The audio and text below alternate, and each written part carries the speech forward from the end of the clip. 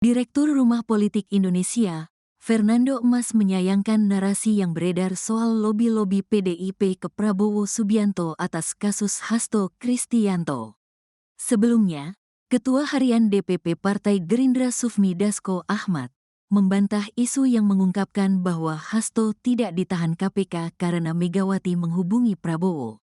Fernando Emas menyebut bahwa terlalu beresiko membawa Hasto dalam kaitannya dengan hubungan antara Megawati dan Prabowo Subianto.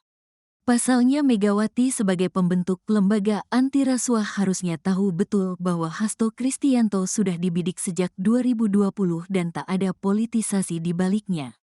Fernando pun berharap agar PDIP tidak dikorbankan hanya untuk seorang Hasto Kristianto.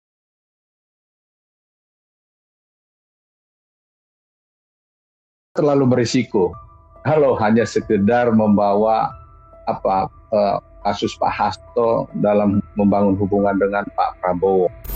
PDI Perjuangan sebagai pemenang pemilu mau dikorbankan hanya untuk seorang Hasto Kristianto. Ini bukan hanya sekedar membentuk lembaga itu, tetapi di dalam internal beliau tidak mendukung. Ketika keluar dari gedung KPK pada Senin siang pukul 13.26 waktu Indonesia Barat, Hasto hanya melempar senyum kepada awak media yang menunggunya. Hasto tidak memberikan komentar sedikit pun soal pemeriksaannya yang berlangsung selama 3,5 jam. Hasto yang didampingi kuasa hukumnya, Magdir Ismail, hanya melambaikan tangannya beberapa kali dan mempersilakan kuasa hukumnya memberi keterangan kepada wartawan. Setelah lebih 3,5 jam diperiksa penyidik Komisi Pemberantasan Korupsi, KPK, Sekjen PDIP Hasto Kristianto terlihat irit bicara. Senin, tanggal 13 Januari tahun 2025. Anggota tim hukum PDIP Magdir Ismail lalu menggantikan Hasto untuk menjawab pertanyaan awak media terkait proses pemeriksaan penyidik KPK hari ini.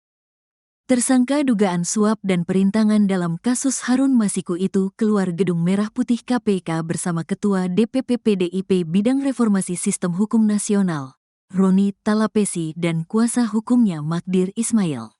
Diketahui pemeriksaan ini dilakukan setelah Hasto menjadi tersangka dalam kasus dugaan suap terkait penetapan anggota DPR periode tahun 2019 sampai tahun 2024 melalui pergantian antar waktu, PAO, pada tanggal 24 Desember tahun 2024 dan kasus perintangan penyidikan eks-politisi PDIP Harun Masiku. Saat keluar dari gedung KPK, Hasto tak berbicara banyak, ia hanya tersenyum dan mengucapkan terima kasih kepada awak media.